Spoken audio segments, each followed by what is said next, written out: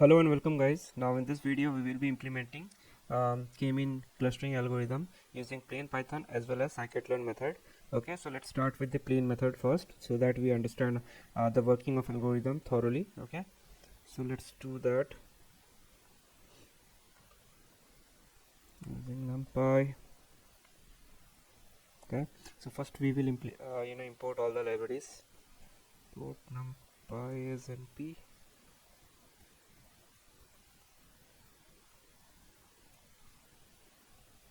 Okay, so this is what we need for K-means. So first what we will do, we'll create a sensitive data function, and let's have two cluster. Okay, for now. So function to calculate, to generate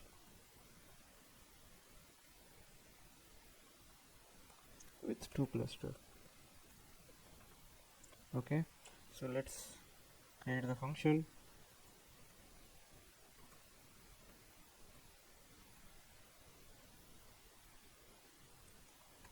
Okay, so we need to set the seed.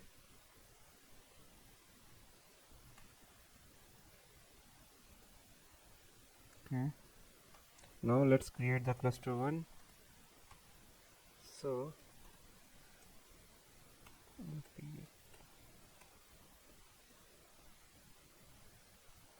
100 points,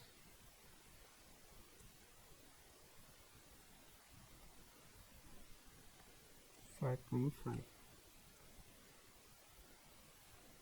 So basically this line means that generates a 2D array where it contains 100 data point, where each data point is a two-dimensional vector, and the value of these vectors are drawn from random normal distribution, and the generated value will have mean of 0 and standard deviation of 1. And the second part of the code, that is np.array 5,5, adds a constant vector to each data point, okay, in the cluster array. So this has the effect of shifting the entire cluster in a 2D space by the amount of specified in the array. So in this case, that this is 5.5, 5.5, and the result is that the cluster is centered around the point 5,5, which will be like, if the graph is like this, the 5.5 will be on the this section. If the graph is like this, your 5.5 will be around here. Okay, and then we will create cluster 2 with minus 5.5, which will be around here. So hope you guys understood what I meant. Okay, so let's create the another cluster. Okay, so just copy this code, just name it cluster 2, same thing, 100 comma 2, and this will be minus 5 comma 5, and I told you why that what is the reason. Okay, so now let's vertically stack the clusters. Okay, so let's combine the clusters. So data equal to np.v stack cluster 1 comma cluster 2.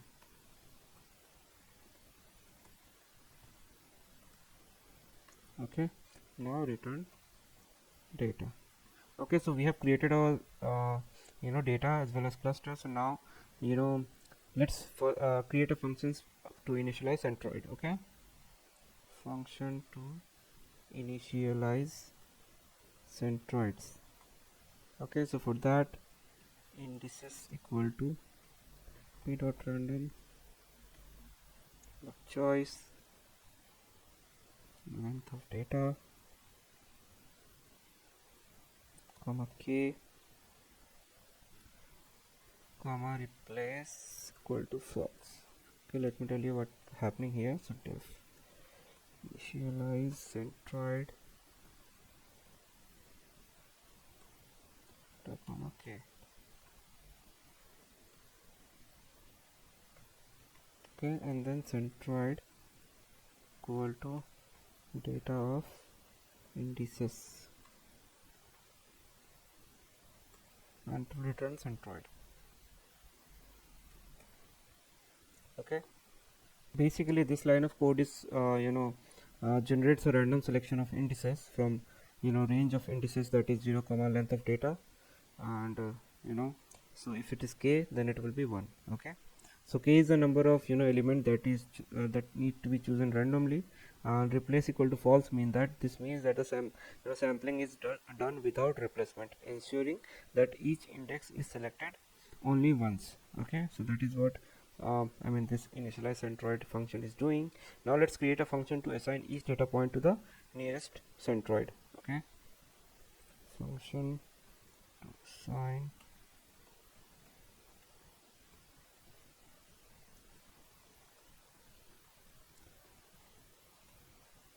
to the nearest centroid. Okay,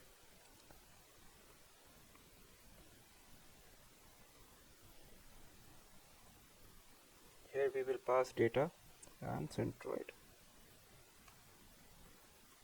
So distance is equal to p dot length dot log data of all comma none minus centroid.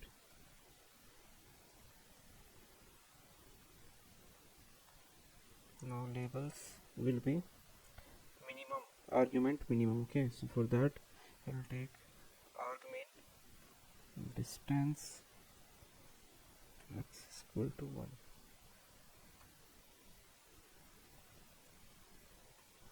Okay, so what this line of code is doing is that, so basically it calculating the Euclidean distance between each data point in the data. So this particular section that you see here is this is an operand to add a new axis to the data array. So the resulting array will have n comma 1 comma d shape, where n is the number of data point, d is the number of feature in each data point, and this is done to facilitate broadcasting when subtracting centroid. Okay, and then lastly this line basically we are doing element wise subtraction between the expanded data array and the centroid array. So due to broadcasting, this result in array will shape as n comma d n comma k comma d, where k is the number of cluster. Okay, and the final result result is stored in the variable distance. So in this 2D array where each element I comma j represent Euclidean distance between ith data point and the jth centroid. So hope you guys can now uh, conclude how we were understanding theory part. This is as it is, same as it is. Okay, now next thing we will be doing is we will have to update the centroid. Okay, so function to update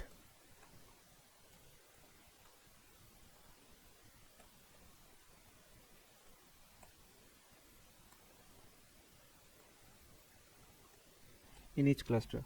Okay, so let's create the function.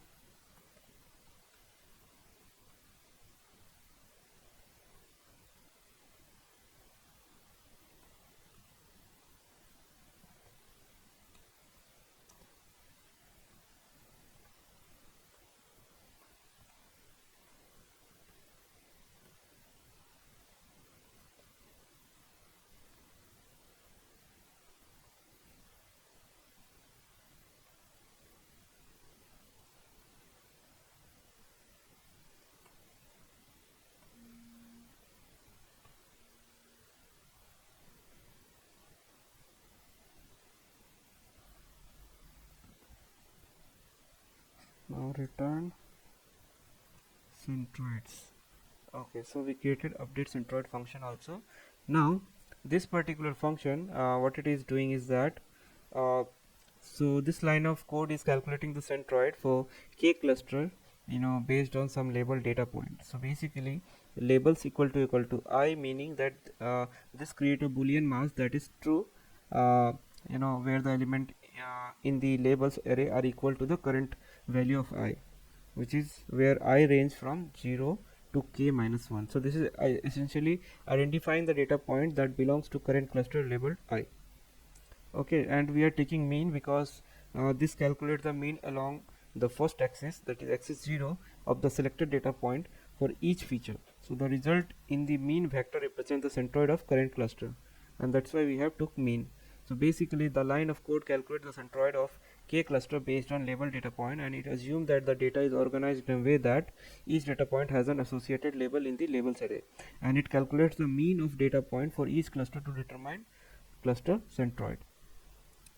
Okay, so now we have to create one function, that is main function, that is KMeans clustering. Okay, so let's do that. Def KMeans clustering. Okay, and here we will pass data and number of cluster. Okay, and the very first thing we have to do is initialize clusters. Okay, no, first we'll initialize centroids. Okay, so for that, centroids equal to initialize centroid. Okay, and here we have to pass data as well as k. Then we have to use a while condition here. So while true, what we need to do, we need to assign each data point to nearest centroid. So labels equal to assign, will assign to cluster, will pass the data and centroid. Okay, so assign to centroid, assign to cluster. Okay, now what we need to do is we need to store the centroid for convergence check. Okay, so for that, what we will do,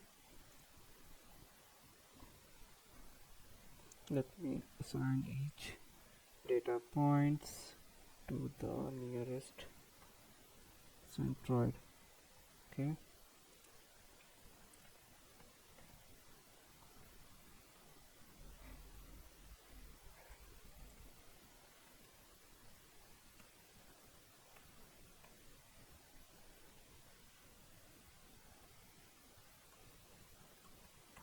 okay, let's do that. So name it old centroid equal to centroids, centroid dot copy. Okay, now we need to update the centroid based on the mean of the point in each cluster, right? So for that, update the centroids based on mean of points cluster. Okay, and for that, what we will do, we'll update the centroids, update centroids, and here we'll pass data, labels, and our k. Okay, and now we'll check for convergence.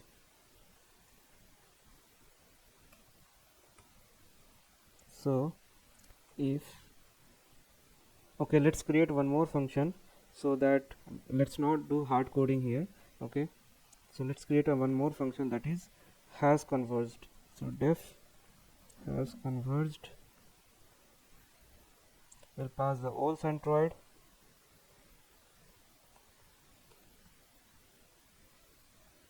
okay, and then our new centroid, and then our tool, that is tolerance check. Okay, so let's return np dot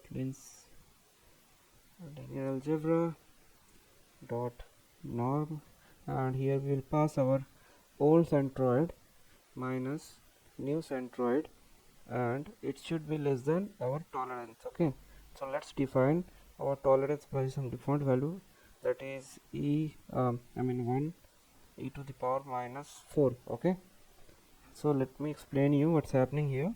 So basically this code will check whether the Euclidean distance between old centroid and the new centroid is less than the specific tolerance or not. Okay, that is what it is doing.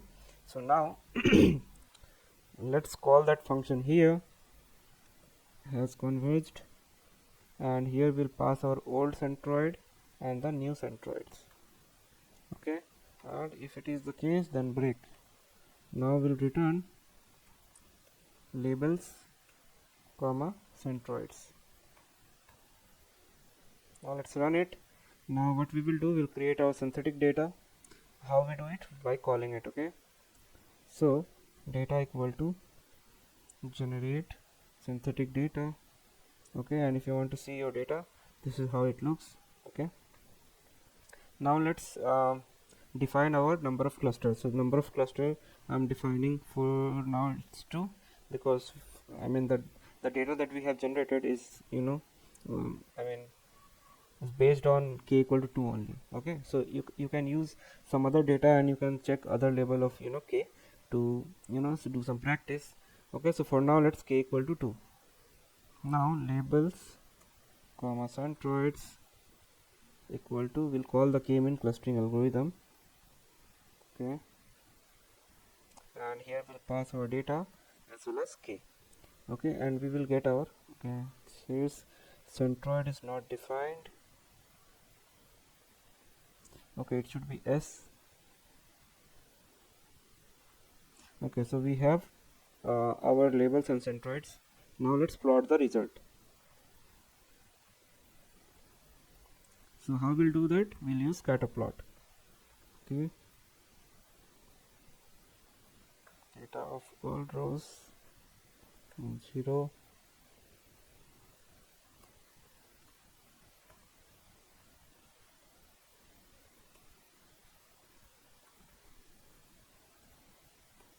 Let's use the color map to be viridis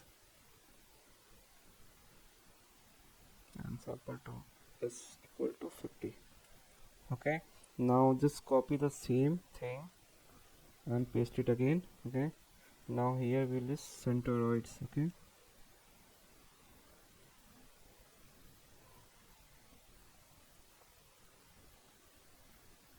and let's make marker equal to x, and let's make the color to be red, s equal to 200, and let's give a label equal to centroid.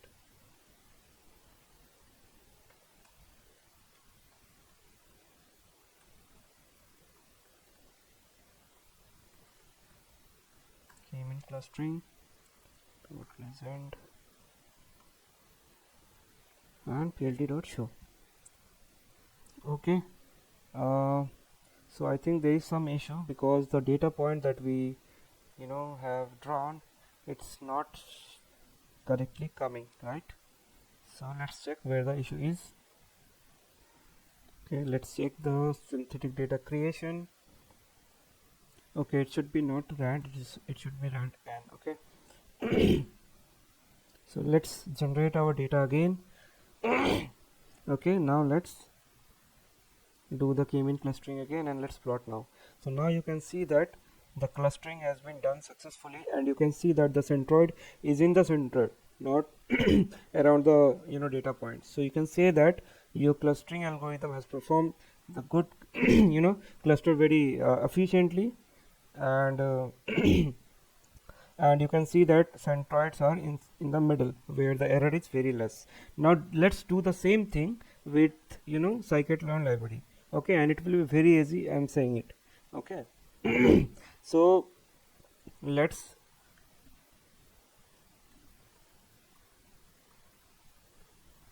learn. Okay, let's import the libraries again, and we'll import just one library from sklearn, that is from sklearn dot cluster import k-mean.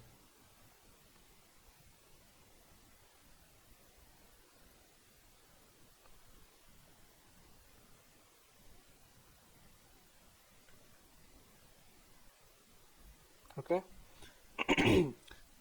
so it is saying cannot import. Okay, m is small, it should be capital. Yeah, so we have imported. Now we will be using the same dataset. Okay, this only, and you will see the output will be same using the scikit-learn method also. That means that the way that we have done a whole thing and using the sklearn method, if the output is coming same, then you can say that we have done it correctly. Okay, so let's run this generate synthetic data. Now data equal to synthetic data. Now we need to define number of clusters, right? So k equal to, let's say again 2. Now let's call the k-means object. Number of n cluster is the parameter where we pass k, and we need to pass random state also, that is 0.